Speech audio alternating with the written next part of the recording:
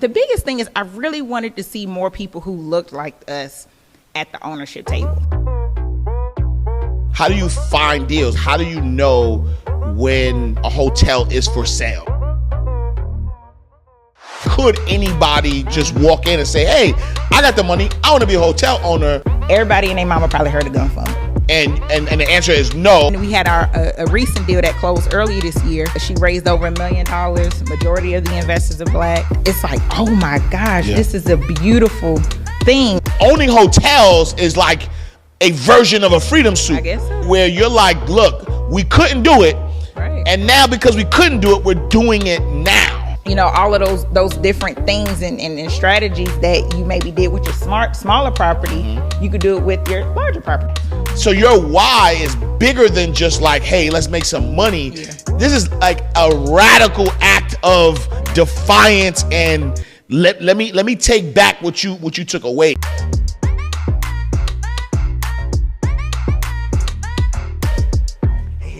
Wait. I know you want to watch this next video, but listen, if you are an entrepreneur, business coach, business consultant, or a small business owner who has a story and wants to learn how to create multiple streams of income from your story, I need you to text me right now, my book, to 646-687-4152. That is my personal number. I have been an author for over 12 years. I've written 10 books. 4 of them have been bestsellers, and I've sold over 100,000 books. But I've also helped a lot of my clients take their expertise and put it into a story, then create multiple streams of income from that. So I want to help you do the same thing. So text my book to 646-687-4152. All right, let's go back to the video.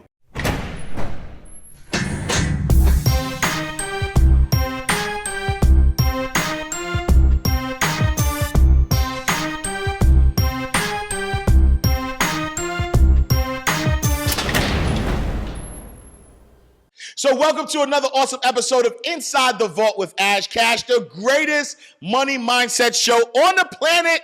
Listen, on this episode, this is a legendary episode. We are sitting down with a true trailblazer in the hospitality industry, a woman who went from the front desk agent to award-winning hotel owner, managing over $1 billion in hotel assets, and now changing the game for generations to come. She is the founder of the Vonne Group, the visionary behind Veester, the first Black-owned hotel investment crowdfunding platform, and the creator of Stay Black Experience, the largest directory of Black-owned hotels. She's not just taking ownership, She's not just talking ownership, she's creating owners with over 200 hotel owners and investors to her credit and more than 4,000 people educated on hotel acquisitions. She's rewriting the narrative on what wealth and access looks like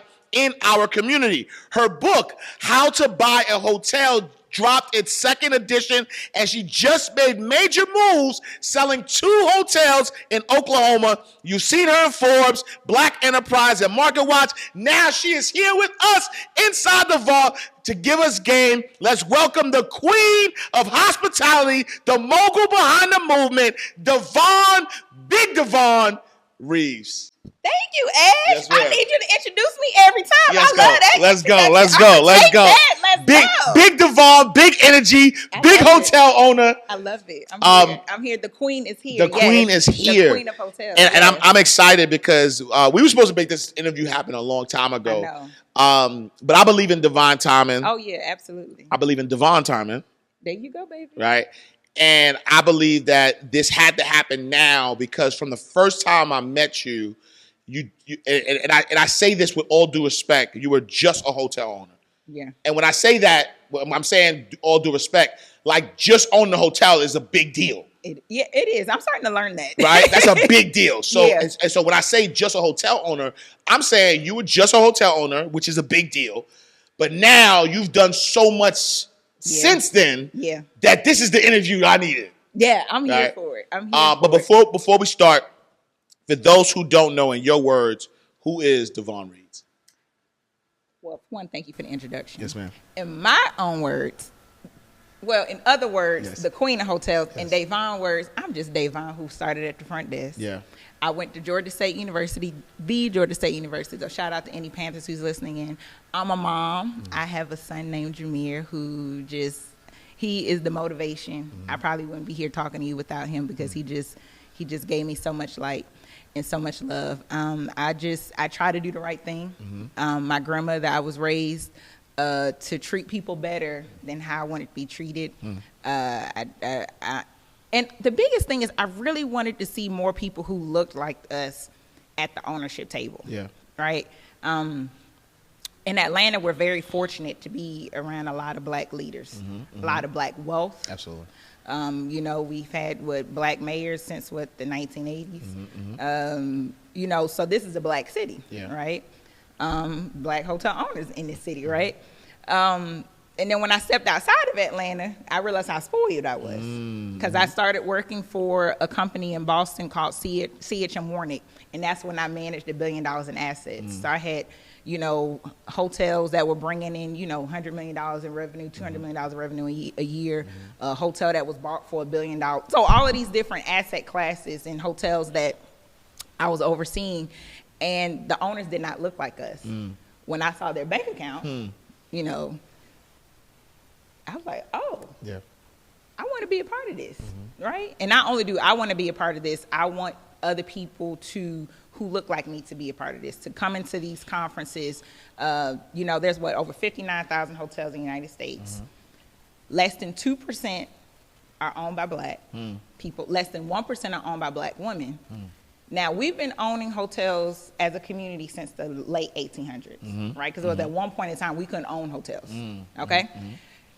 The Indian community from India, they've been owning hotels probably since the late, 60s, 70s. Now they own over 60% of the hotels. Wow. Right. So we're helping our wealth, and I think it was a study done over $110 billion of black people. That's how much we spend in travel. But that money but we don't own a lot of it, right? Because we only own less than 2% of the hotel. So that's what got me to be like, wait a minute, because I'm seeing the money that's being made, and I'm seeing the money that's flowing through other communities and not ours. And I was like, okay, wait a minute. I have access to it, meaning I have the community from working, in that company in Boston. I was the only black person there. So I was like, okay, how can I, because my mentor told me, Devonne, we help knock the door down for you, right? And when you realize that you're sitting in a table and no one looks like you and you stop noticing, then you become the problem. So always remember that you have to bring somebody with you. You always have to bring somebody with you. We broke the door. You just went through it. Yeah. But so now my job is, you said divine, right? My job and what I felt like that I was placed on this earth for is to bring more and more people, or my calling is to bring more people who look like us into the commercial real estate or hotel investing space. Wow. So you said a lot there, and I feel like, like put some respect on your name for real, right? Thank because you. Like what you're doing is radical. Yeah. Right? Like it's revolutionary. In fact, it is part of a ecosystem that when we talk about the black dollar, we don't talk about that. You know what I'm saying? Because we talk about financial literacy, we talk about clothes, we talk about cars, we don't talk about travel, we don't talk about hospitality, we don't talk about, like you said, the billions of dollars that is leaving our community and going to other communities. And I love the stats that you mentioned, around those from India, right? Because at the end of the day, if we were owning hotels since the 1800s and they've only been owning hotels from the 60s and 70s, this sort of like thought process around not being able to do something because of time or being left behind or not being included and things of that nature is actually a fallacy, right? And so talk a little bit about that, right? Like how do we change that paradigm? How do we shift it to an understanding, if you will, especially like entrepreneurs, right? So I'll be very transparent. I don't like to talk numbers, but I will for this particular case. In 2022, salute to my brother Marvin, salute to my brother Storm. We did something phenomenal, right? We created a company called Path to Prosperity. We did a big, big activation in Hollywood, Florida. We were able to get T.D. Jakes, Grant Cardone, Amazing. Myron Golden, Dr. Darius, all the heavy hitters. And the one thing, though, I won't say the total amount of money that we invested in that event. The hotel cost us $1.3 million. I believe it. So that was just the hotel. That was just the hotel. So I'm not gonna give all the other numbers. Right. But just the hotel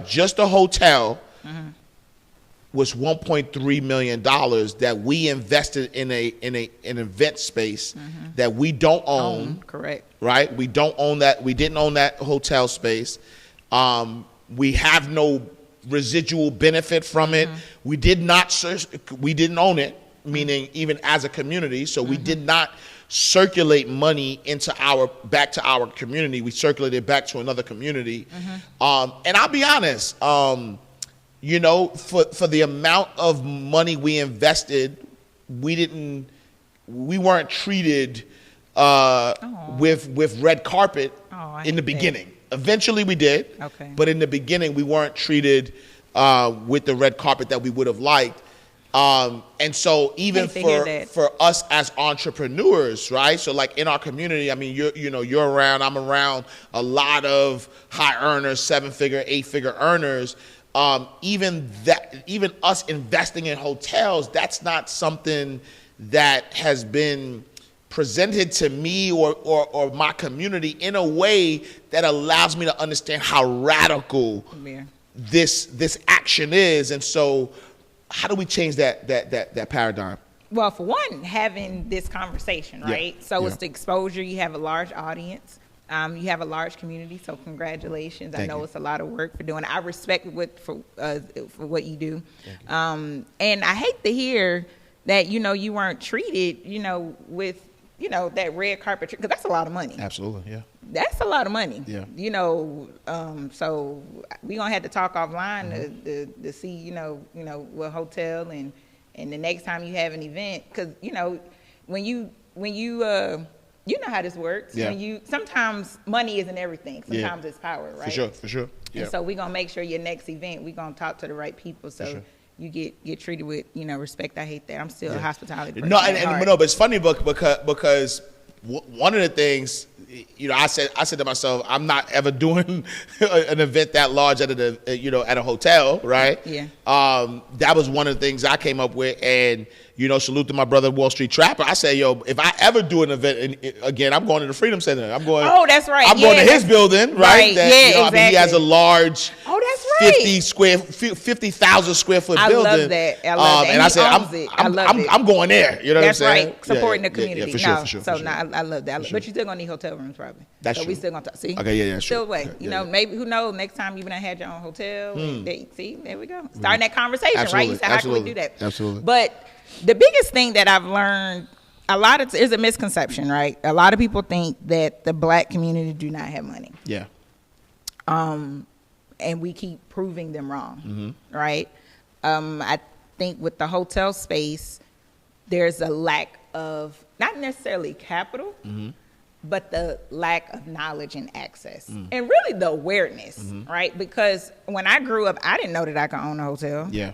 I mean, I grew up, I don't know about you, but I was watching Jamie Foxx. Right. They were the Black hotel owners and still didn't click that they own a hotel. That's true, right. You don't think about that, right? So we literally grew up with this in our face, and we still didn't. I still didn't think that until like recently. I was like, oh wow, they owned a hotel. You know what I mean? And it was a full service hotel. It wasn't even like a Super 8. Like it was a full service hotel with a restaurant. Right. And it's just the awareness. I didn't come from a family of entrepreneurs. My dad was a firefighter. My mom was in HR. My grandmother worked she worked for a hospital as a nurse assistant. So and my dad, he didn't believe in entrepreneurship. I'm just gonna lay that in right now. He was like, look, you work and you get a pension. Yeah. And that's it. Yep. You retire. Yep. And then you die. That's your life. That was just his mindset, because that was just the age, that he came up in. So it didn't dawn on me, and so I started to change my circle. Right. And when I worked at the Hyatt, I got my start at the Hyatt Regency Atlanta. I joined this organization called Under 30 Gateway after college. And it was this group of Indians. And we're all under 30. And I'm thinking, I'm a superstar. I'm a superstar at the hotel. Yeah. I'm like, I'm this now. I'm the general manager, blah, blah, blah. They were like, well, we own hotels. I'm like, well, dang. They just trumped my little. I was like, wait, what you mean you own hotels? They was like, yeah, we develop hotels. Okay, they left out the minor note that they inherited. Right. You know what I mean? They didn't say that. Right. But that was the awareness. That was when the bulb, it just like, it was just click. I was like, because I like to be the best. I like to be different. See, as you can see with my entrance, right? Yes. You know what I mean? So I like to do things at the top. I want the top position. And I was like, I thought the top position was being a general manager. No, the top position is being the owner. Because at the time, when I worked at the Hyatt Regency Atlanta, it was owned by the Hyatt family or the Pritzker family. Yeah. And so I just thought the Hyatts owned the Hyatts, the Marriotts owned the Marriotts, the Hilton owned the Hilton, that's a different story for the Hilton family. Yeah. But anyway, so that's just what I thought. So to answer your question of how people get in, first is the awareness, right? And a lot of times with our community, this is just what I've seen. I've been teaching about this since 2019. And I hear a lot of people, they love staying at the Ritz-Carlton, so they don't want to buy at Ritz-Carlton. Ritz-Carltons are very expensive. I would not recommend that for anybody to start off buying a Ritz-Carlton. I would recommend anybody, and I tell this to my people, start off with a Motel 6. Start off with a Super 8. It may not be sexy. Yeah. It will not be sexy your first hotel. Just do you invest in real estate? I do, yeah. Was your first real estate property, was it like sexy? No, it was in the hood. It was a hood. It was yeah. Right. Same thing with my first real estate that I did on my own. Right. It's not your first property is just not going to be the best. Yeah. Right. Yeah. But so that rent roll was good. Even though I was in the hood, but it got you started. It got me started for the sure. The cash for sure. flow was coming in. You had your question. Same thing with hotels, yeah, right? Yeah. So I talk about getting from that consumer to owner mindset, right? So we consume. I'm sure when you travel, you stay at really nice hotels. So do I, right? When I travel, I stay at nice hotels. But when I'm in the ownership, my first hotel acquired with a group of folks. We acquired in Oklahoma, Home 2 Suites. That was a lucky. I wouldn't. It was just we bought it during COVID. Yeah. It was just we took over the loan pretty much from somebody, and that's how we got in. We only had to put like a 10% down payment, and so it was just the right timing for that particular deal. Yep. Probably Devonne timing. There you go. Yeah. I like that. But will it probably, do I recommend that to other people? Probably not, because again, that was during COVID. It was a complicated, that's something normally first time hotel owners don't find. So I don't like talking about that, because that's what people get their mind stuck on. That's not right. The second deal, the two hotels that we just sold in Indiana, we bought those same thing right around during COVID. We took over the loan for someone because they had to finish the renovation. So we bought the two hotels for $17.8 million. So we got a group of investors. Nice. Same thing with Oklahoma. We did the same thing. Got a group of investors. They invested. Indiana got a group of investors. I think we had to raise like $4.3 million. And then we used that to finish renovating the hotel. Brought in a new management company. It was a Staybridge Suites in Indianapolis Fishers and a Hampton Inn in Scottsburg, Indiana. We bought it for $17.8. We just sold it for $22 million. Woo! Just sold it. Yeah. And I know I've been getting a lot of DMs, family members. Like, I think we're family. I'm like, what? Who are you, right? My past family reunion. I'm telling you something different. Anyway, so that strategy that I was talking about, Hampton Inn, it was in the rural, it was a smaller town. Indianapolis Fishers, that was 145 rooms. So the strategy on that, what we did, we bought it as basically a two hotel portfolio. We sold the Staybridge Suites, I think for about 14.3 million. Since the two hotels were on the loan, we sold the Staybridge Suites we used that to pay off both hotels on the mortgage. So when we sold the Hampton Inn, that was just straight profit. Nice. Right? And so a lot of times I'm going back to your question, how can we start? A lot of this stuff we kind of already know because people forget that hotels are real estate. Yeah. So if you're a real estate investor, it's just a little bit more complicated because it's an operating business sitting on real estate and a franchise model. Yeah. But if you understand the fundamentals of the real estate and your team players change, right? So the same people that you'll use for, your investment properties, maybe residential, even if you do office or retail, is going to change for hotels. But the fundamentals are still the same, right? You still have to do your due diligence. You still have to submit an LOI, which is letter of intent, right? You still have to underwrite it to make sure it makes sense. You still have to get a pre-approval letter. You still have to get financing. Your down payment is probably going to be like 20 to 30%. If you don't have it, there are creative ways that you can do it. You can use business credit. Everybody's talking about business credit. Right. You can use business credit. Right. If you got some friends and y'all come in and put 10 friends at $100 each, that's $1 million, right? All of those different things and strategies that you maybe did with your smaller property, you could do it with your larger property. A lot of people use their retirement to invest, right? A lot of people they pull out their stock or they mutual. Now, this a disclaimer: I'm not a financial advisor, not a lawyer, so make sure you seek advice. But those are different things. That's why I launched Veester, my crowdfunding platform. Yeah. If you don't have the full, down payment, then you seek out equity partners. I've never met I never just met a hotel owner and it was only one person, ever. Even billionaires, they still partner with people. Yeah. So a lot of times in our community, we think that we have to do it by ourselves. For what? Yeah. So walk me through it. I don't normally do this, but you're really, really good though. Well, thank you. Yeah, because you're guiding the conversation so flawlessly. So I hope y'all could. I just want to stop and say that because I hope they appreciate how you gliding because you set it up. It's like I'm a hooper. So you just gave me the alley-oop. Let's talk about Veester, right? Let's talk about Veester. Let's talk about Veester. So you're telling me, right? If I want to invest in a hotel, I don't have to have all the money myself. I can go to Veester and crowdfund and raise funds to buy a hotel. Tell me about Veester. Basically, crowdfunding, for those who don't know what crowdfunding is, let me break it down. Yeah. Everybody and their mama probably heard of GoFundMe. That's essential. That's essentially crowdfunding. It's just more of a donation base. So when you give your money on GoFundMe, you're not getting your money back. You just hope and pray that it's going to a good cause. There you go. That's your donation. Veester's a little different. We launched in 2022 on July 11th. That's my father's birthday. He's not here with us anymore, so I wanted to pick that date because that way it's a sad day for me because he's not here, but it's in celebration of me launching Veester. And then also I love Beyonce. She got a song called 7-Eleven. I was like, let me just go ahead and just see that divine timing. That divine timing. I just that's my niece's birthday too. See 7-Eleven. Oh, she a Cancer. I love it. Yeah. And so I was like, good girl. It's my day birthday. And so I was like, okay. And when I was raising capital for my hotels, it can be challenging. So you can't just market and be on Facebook or social media and be like, yo, y'all want to invest in this hotel? Yeah. Even if you have a whole bunch of followers, you got a big email list, hey, y'all want to invest?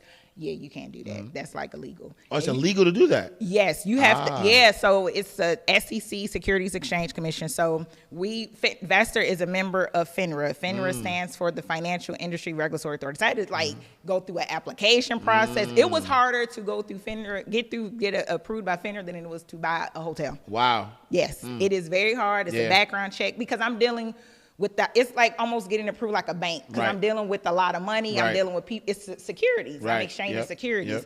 And so so we had to go through approval process, background check. It was just a lot of work. Wow.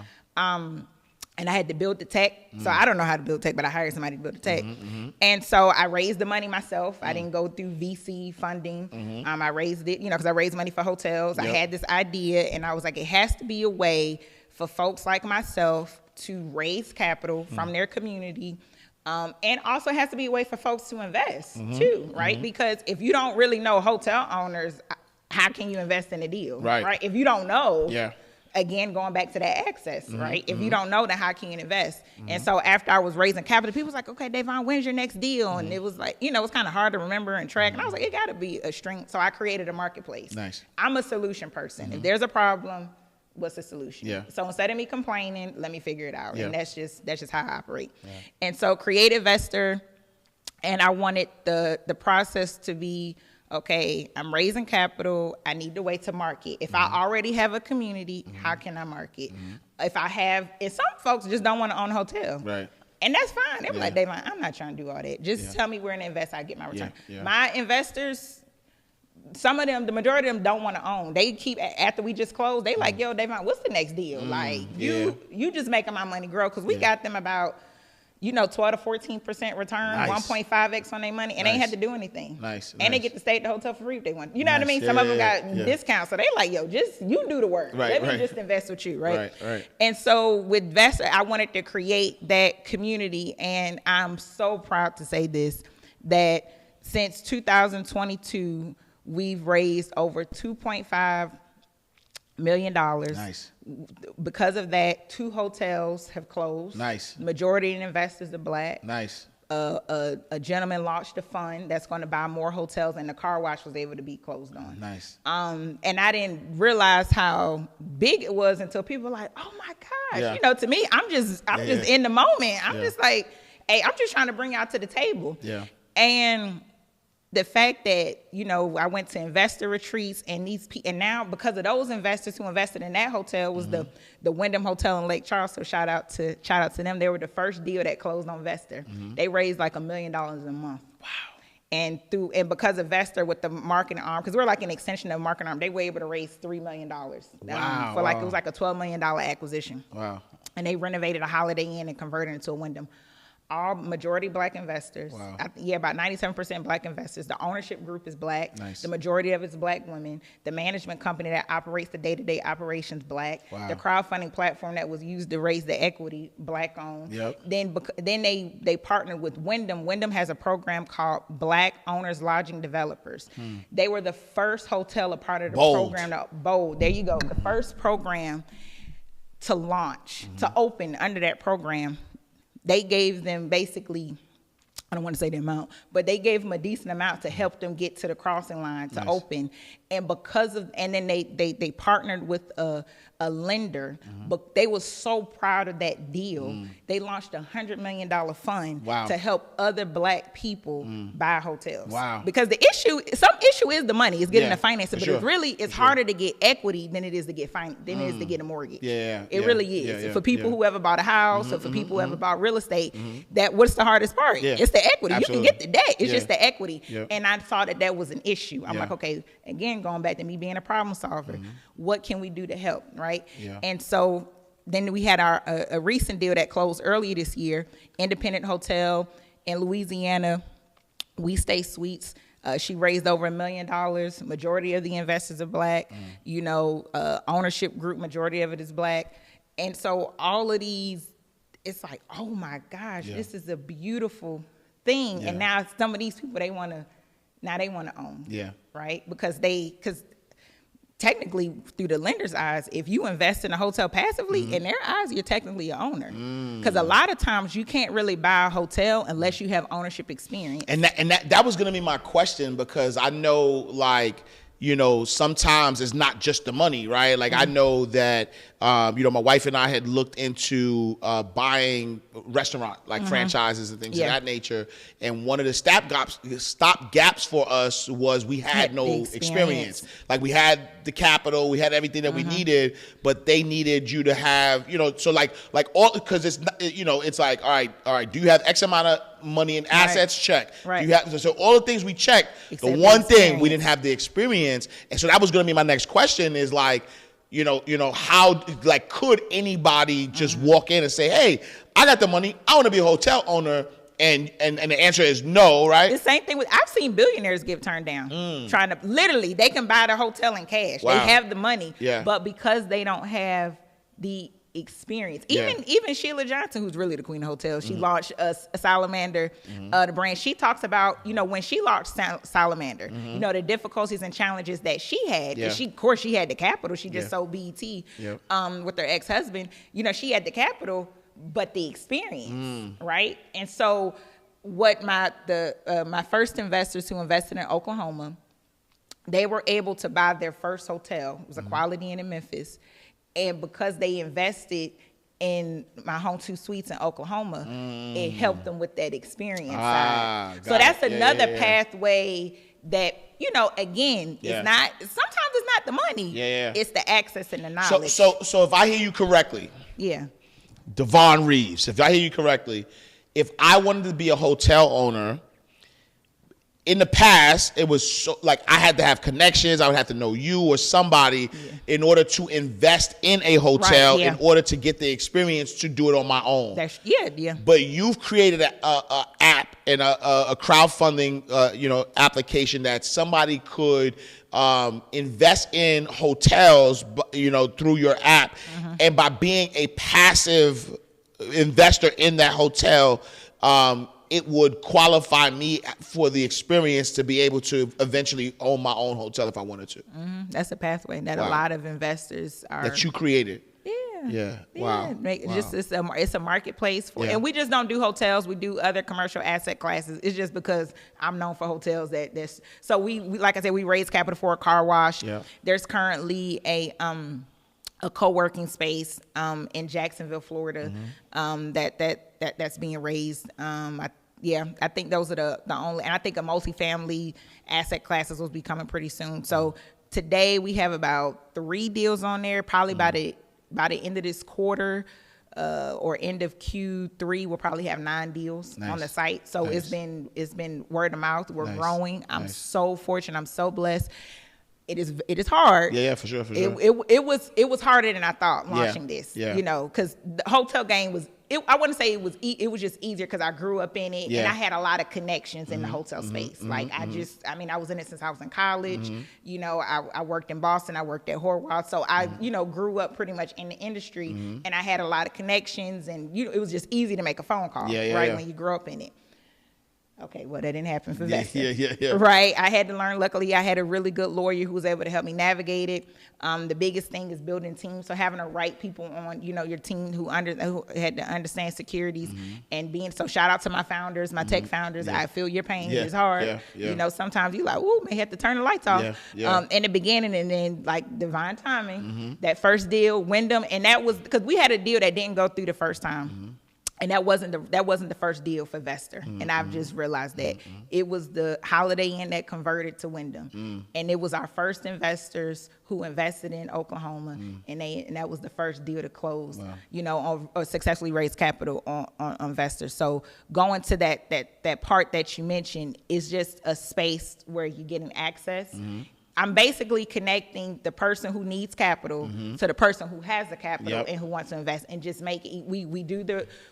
Of course you have to do your due diligence, but I've turned down deals. Wow. Okay. So just because you like, hey, I got this deal, I've turned down deals. If that background check don't come right, if I feel like you don't know what you're doing, because you messing up my name. Sure. And the biggest thing is my job. I told FINRA and the SEC that I'm going to make sure these investors are okay. So if the deal doesn't sit right, meaning that you can't tell me how the investors are going to get their money back, I can't rock with you. I'm not. I have to be able to. Some people don't care. Some people will take your money. I can't do that. I have to be able to sleep at night. Again, I was real close to my grandma. She's no longer with us. But I don't know about you and your family, but I couldn't embarrass my family. My grandma was like, you better not embarrass me. So that's how I go by. I can't embarrass my grandma. Even though she's not here, I still can't embarrass her. You see what I'm saying? So that's the integrity. That's what I have to do to sleep at night.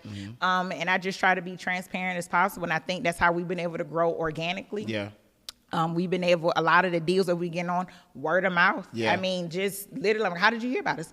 People have been following me. People have been following me for years. Their first investment was on Veester. Wow. They were like, Devonne, I've been following you. I've been taking your classes. I've been doing your research. I've been saving up my money. I've been building up my retirement. Because some people didn't know they could use their retirement. Some people started off getting life insurance because they didn't know that they can get cash value life insurance and use that to invest. So all of these things that they didn't know. They were like, oh, I can invest.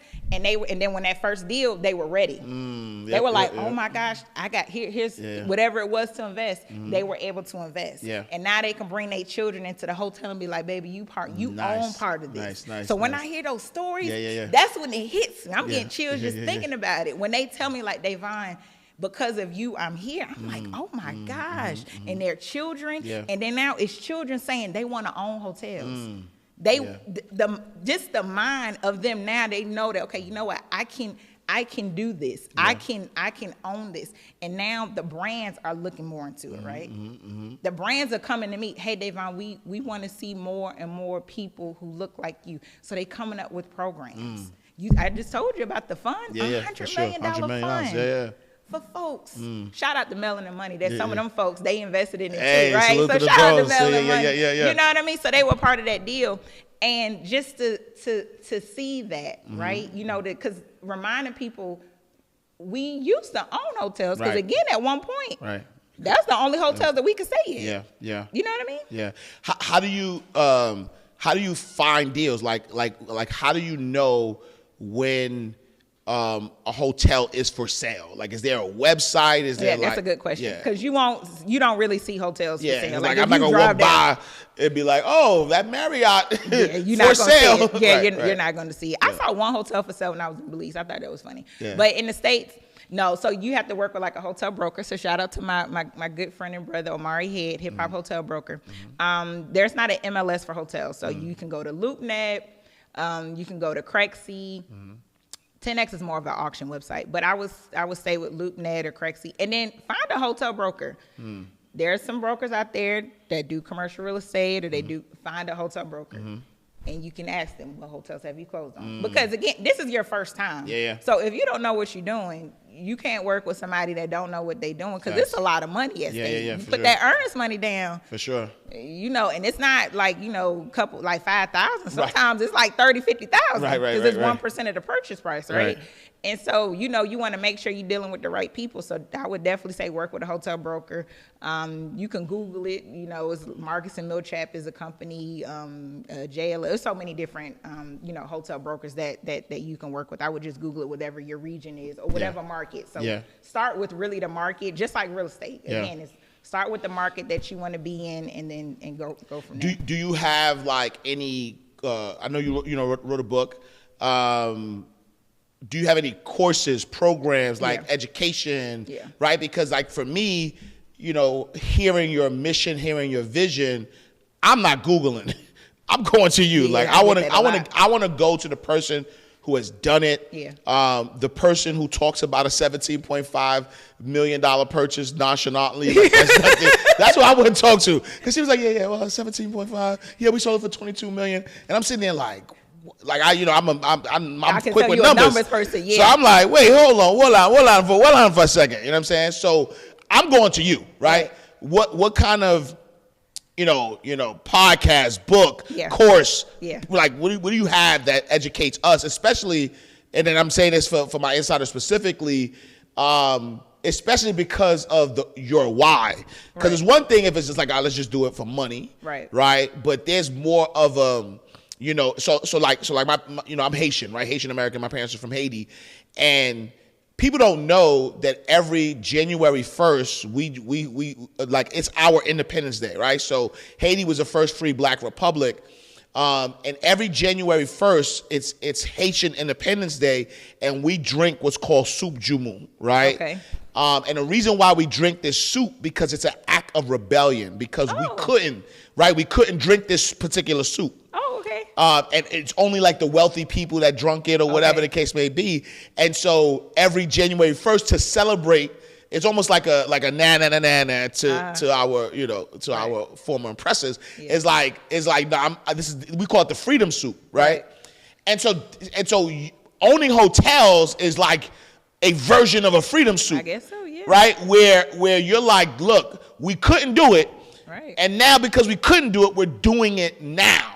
So your why is bigger than just like, hey, let's make some money. Yeah. This is like a radical act of defiance and let me take back what you took away. You know what I'm saying? I didn't even think about that. You know? And so talk a little bit about what education you have out for the people. Oh yeah, absolutely. Well, for one, thank you for that. So definitely, we have courses. I do in-person events. I have what you call an inner circle.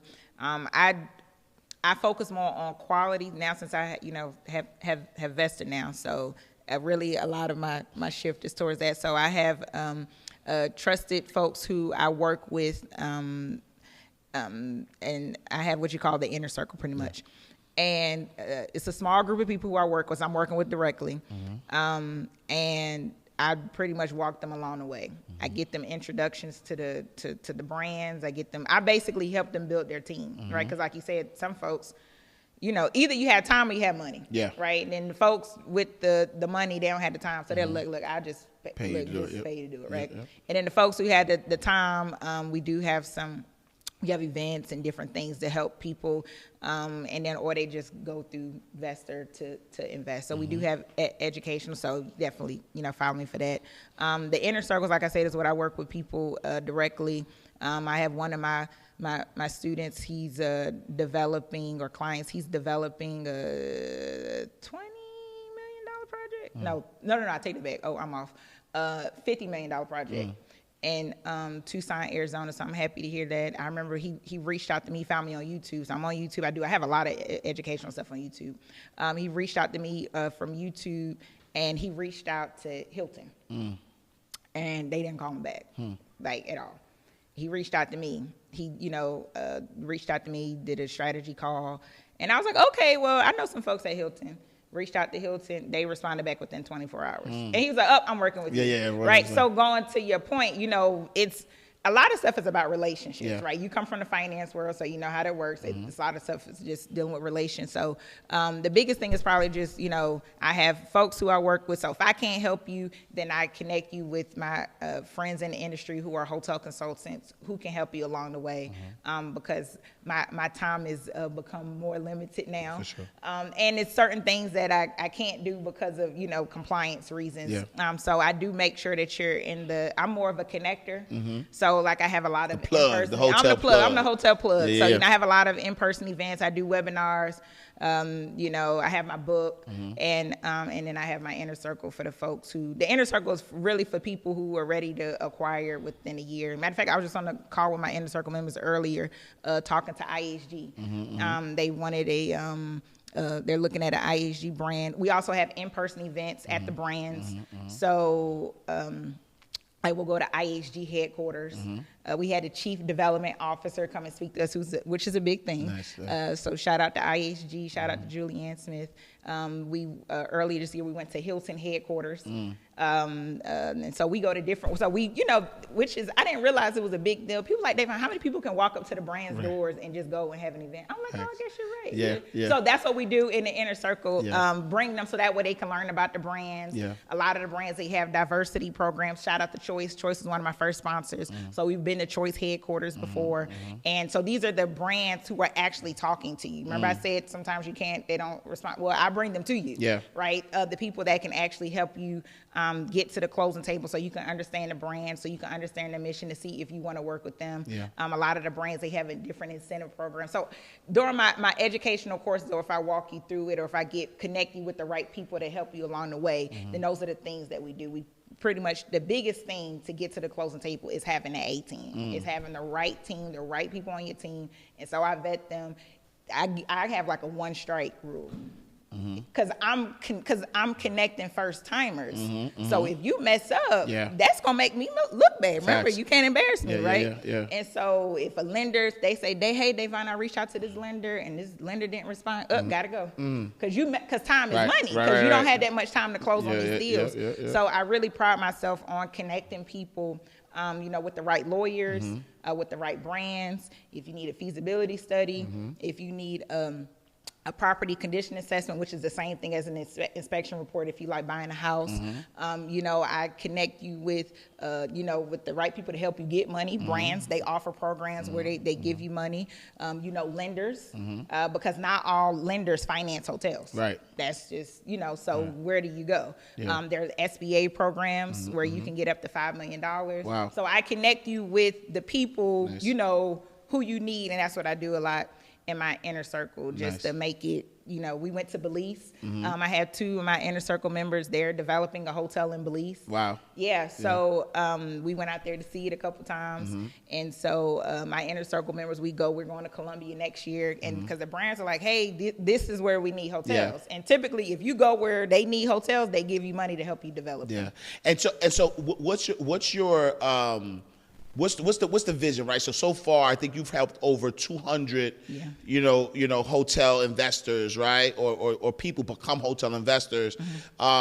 What is the vision? Is it, you know, we're at, you know, less than 2%? Is it, you know, 20%, 10%? Have you thought about, like, when it's all said and done, you know, what impact is Devonne Reeves gonna have in the hotel business for Black people? The number is my head. If we can just get $1 billion under assets under management. Yeah. That's the number that's just been stuck in my head. Yeah. So when you said that, that's the number that's spot. The percentage wise, if we can get the 5 to 10%, I would be happy. Yeah. 5 to 10%. I would be 5 to 10% by 2030. Yeah. What is it? 2025. Yeah. So what? By 5 to 10% by 2030. Some people think that's a huge jump. Right. No, from 2% 100%. to 5 to 10%. For sure. So that's for sure. And then so, you know, Veester, Black-owned crowdfunding platform. You know, it's the first, right? You know, for hotel investments. Other, you know, you do other deals as well. You know, what problem were you solving when you started this? Like, and I know you mentioned it before, but like when you dig deep into tech, crowdfunding, you know, what's the problem that you were solving? The problem that I'm solving is access. The problem that I'm solving is capital, and it's not just hotels, because I've noticed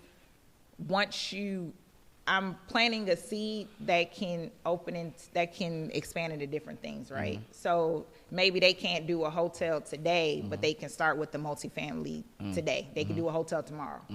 Maybe they see an office building, or maybe they see some land, right? So it's just really more so just planting the seed to get them started, because ownership is key, right?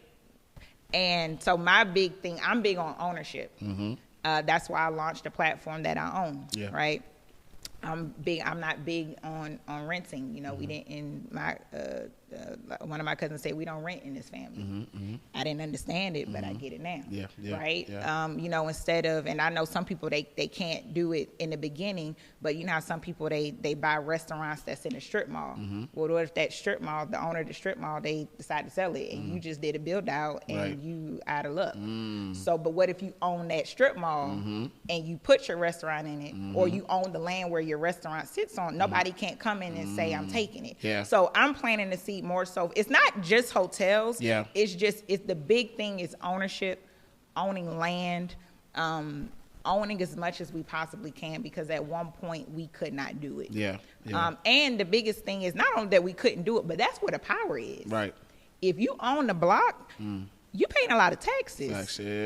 So if something goes wrong, I pay a lot of taxes. You know, you want me to move my business somewhere else and bring tax money to a different community? I bet you that community will listen. Right. I'm bringing jobs to a community because I'm owning something. Right. So it's just bigger than, I think some people just a hotel. No, I'm creating. I'm not creating jobs. I'm creating careers, because clearly I started off as a front desk agent, and you know I could have been a GM, but now I'm owning. Right. So that's what I'm creating. That's what I'm thinking. When I see a front desk agent, what do you want to do? Or if I see or whoever, what do you want to do? If I see a student, what do you want to do? And if they ask me what I do not tell them, the light bulb went out. I like to think big. I like to think so big that it will scare me. Right? Veesters, who would have thought that I would have never thought years ago that I would have created a crowdfunding platform. I don't know anything about tech. I don't know how to code. My 6-year-old son know how to code. I don't. Okay. But the dream was, and I wanted to be a billion. I wanted to be a unicorn. Yeah. I'm going to say until we are a unicorn. To some people, that will scare them. Devonne, you ain't going to be a billionaire. You're not going to be a billionaire. I am. Right. So I dream big. And so that's really the issue. I want people to dream as big as they possibly can. I love that. I love that. When you, what has been the most difficult part of either? I mean, both actually, not even either, because as a black woman, owning a hotel and then now getting into tech, what has been the most difficult part of both of those? Oh gosh, tech is different. Yeah, I would say tech is different. I'm just gonna say it's different. The more and more I talk to other tech founders, I've realized how far I came. Meaning I went from ideation to execution probably within a year. I didn't go through the venture capital route, right? I raised the money through private equity. I've actually already started issuing dividends to my investors who invest in Investor itself. Nice. And so the difficult part was the access and the knowledge. So I had to teach myself. It was a lot of the regulations. I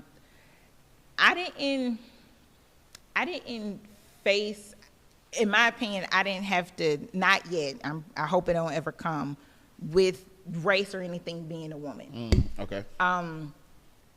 I've been very, I'm not going to say that I had like a perfect life or I never experienced racism. I'm not going to say that. But I would say it made it difficult for me when I hear other people's stories. I did have some challenges. I was the only, the industry that I'm in, being in hotel ownership, is not a lot of black people. Right. When I started going to conferences and going to events 10 years ago, I was like the only black person in a conference, be like 400 people. Wow. So it was definitely uncomfortable. Were there women though? Was it other women? Small. It was other women, but it wasn't as many. Okay. And it was like maybe one other black maybe like one other black woman who we're still friends to this day. And it was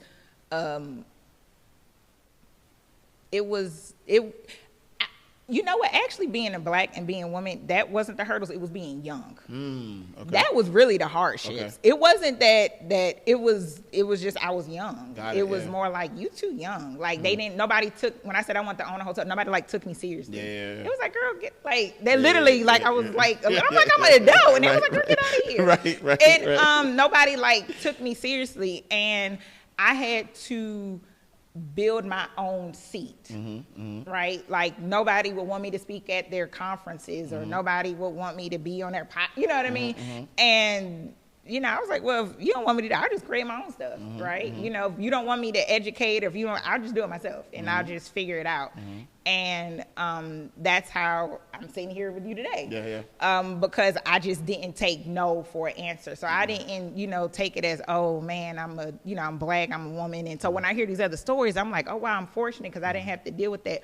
But really, it was like I said, it was just me being young because I was always the youngest. And then it kind of worked in my favor sometimes, being black and being a woman, because, in order to get certain contracts, you had to be, so I was kind of like the diversity hire. So they kind of like put me at the table and I was like, okay, I didn't know what I was doing, but I learned so much because that divine timing. There we go. See, this is favor right here, baby. This is favor. That's so they just kind of like, well, because sometimes my old companies that I worked at, they couldn't get contracts because there was no black people. And so they were like, oh, we got Devonne. I was like, okay. Here's a woman. She's black and a woman. So I was like, okay, I'll take it. So I could just sit there. But I learned so much, from that. So I'm grateful. And, I'm grateful to have the right mentors. I pride myself. I'm big on relationships. So I think that's what helped me a lot. It was that I was, and I'm a strategic networker.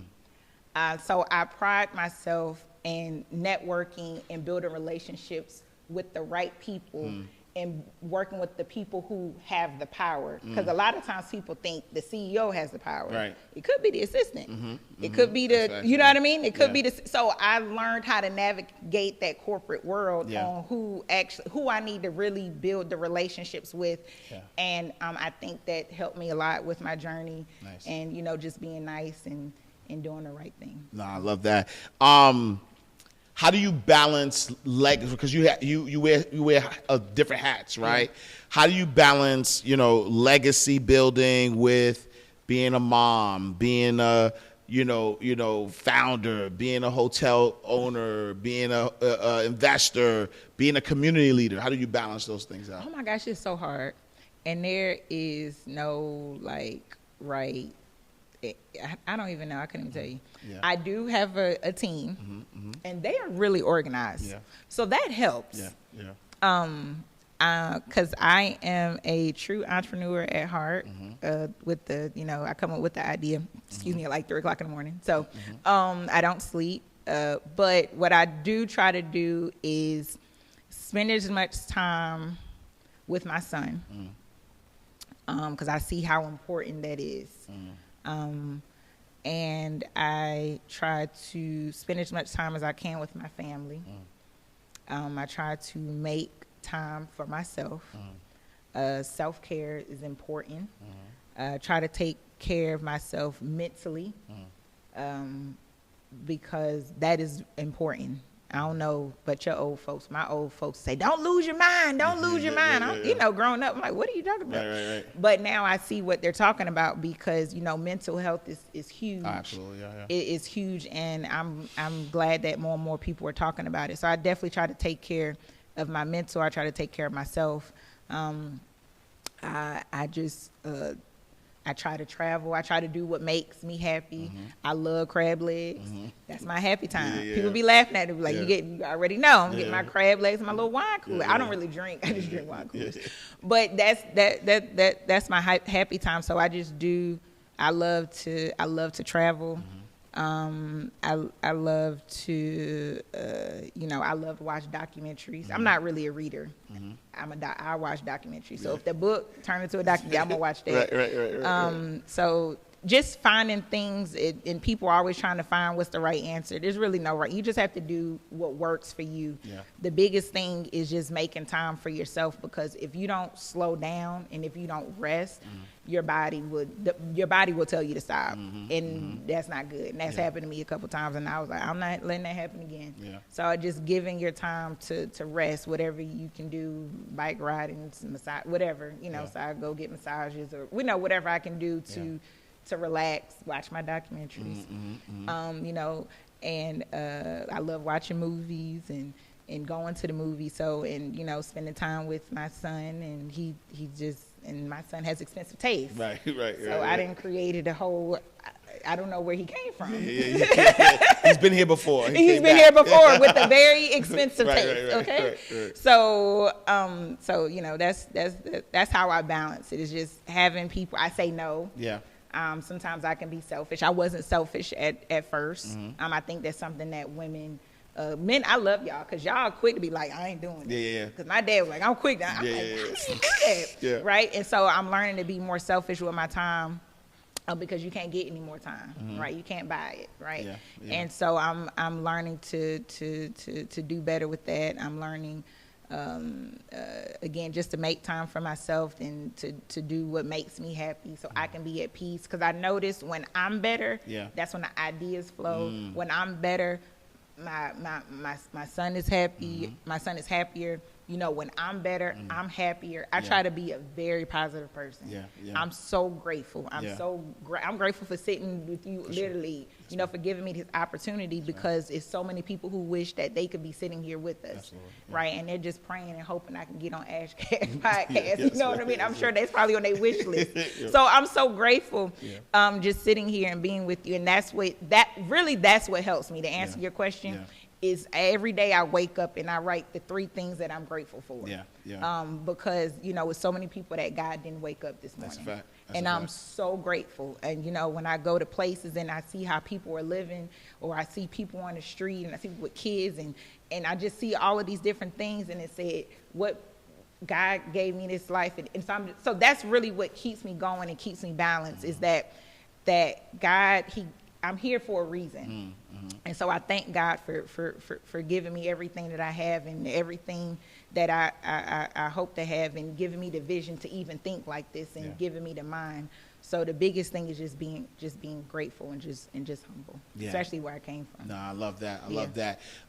What's next for Devonne Reeves, and how can people follow and support your journey? What's next? Veester gonna be $1 billion company. Yes. Okay. Yes. I'm telling you. Yes. It's happening. Right. That's my goal. I'm not sleeping. Once that happens, then I'll not take a nap. That's it. But That's it. how folks can follow me? You can follow me. I'm on Instagram, Devonne Reeves. I'm on LinkedIn. I'm on YouTube. I have a book, How to Buy a Hotel, second edition. It's so much better than the first edition. I talk about, the strategies that we did with creating that hotel portfolio, coming from 17.4 million to 22. So I break that down and just give you all the tools that you need to help you get into the hotel ownership space and help you analyze deals. So that's how you can find me, and I look forward to connecting. We got to work on a third book, or it's a second edition, but we got to work on another book, because I think that I love How to Buy a Hotel, very straightforward. Yeah. Your mission is way bigger than that. Okay. And I think that all of the history that you've given me around, and the radicalness about owning hotel for us, I think we need a book that talks about that. Okay. That makes it clear that being a hotel owner is like a radical thing. Because there's so many people who are fighting the fight, but fighting against themselves that don't even know it. Right. Yeah. Right? Like if you're investing in hotels, meaning, you're going on vacation. Like we vacation a lot. We, $1 billion not going back into the community, that's a lot of money. And honestly, it's obvious after you said it. I'm like, me as somebody who has been a financial freedom fighter for our community, I'm like, I never thought about that, right? Which is why I even gave you the story about how much we invested in our event and how much money. And here's the funny thing about it, it was a lot of money that we invested in this event back into our community. Majority of our staff was Black. So even as we were, we generated a lot of money as well. But even as we were putting millions of dollars back into the community, that's the one thing we were proud of. We were like, yo, we got the best event planners. All of that money that was circulating, we were using specifically, right, except the hotel. We don't think about it. So now, I'm saying $1.3 million that could have went to. That could have went a down payment on the $5 million hotel. That's crazy to me. You know what I'm saying? So that's a sidebar, but I do believe your mission is bigger than just hey, buy a hotel, because I think, and again, I've heard, I've been around you for a while. So even as I'm hearing it, I'm just looking at it as an asset class, as another way to invest your money. But again, so we're gonna talk. Yeah, we're gonna talk. Let's talk. Go. Again, where can the people find you? You are. You the book expert. That's it. Where can the people find you? Oh yeah, you can follow me on. I'm on Instagram. I'm on LinkedIn. I'm on Facebook. I'm on TikTok now. So doing dances. I be doing my dances. To Beyonce. Oh, I was on the roof. Did you miss it? I got on the roof of my hotel in Oklahoma. Yeah. And I saw that one. No. Like your creativeness in your social media is refreshing. It's definitely refreshing, for sure. I was like, man, I gotta get on this hotel before we sell it. And my business partner was like, what? Yeah. And I didn't think that through, because when I got on the roof, I was like, yo, this is scary. Damn. But I was already up there with the cameraman, and he was like, sit on the ledge. Don't sit on the ledge. I'm on the roof. I know. Listen, we are closing out the vault. Another powerful episode of Inside the Vault with Ash Cash, the greatest money mindset show on the planet. I need y'all to rewatch this. I need y'all to share this. I need y'all to understand how radical it is to become a hotel owner specifically for our people. Make sure you follow Devonne. Make sure you invest, right? Go to Veester, become an investor. Great name. I love the name. Let's make it $1 billion company, right? Let's make it $1 billion company. She is shattering ceilings and doing some awesome things. So let's support our sister. I am Ash Cash. Make sure you follow me on all social media platforms at I am Ash Cash. Visit my website, iamashcash.com. Make sure you follow the show, Inside the Vault. Go to our website, insidethevaultshow.com. Join our community, the Abundance Community, at theabundancecommunity.com. All right, y'all. I'm going to see y'all same time, same place, but in God's will. Peace!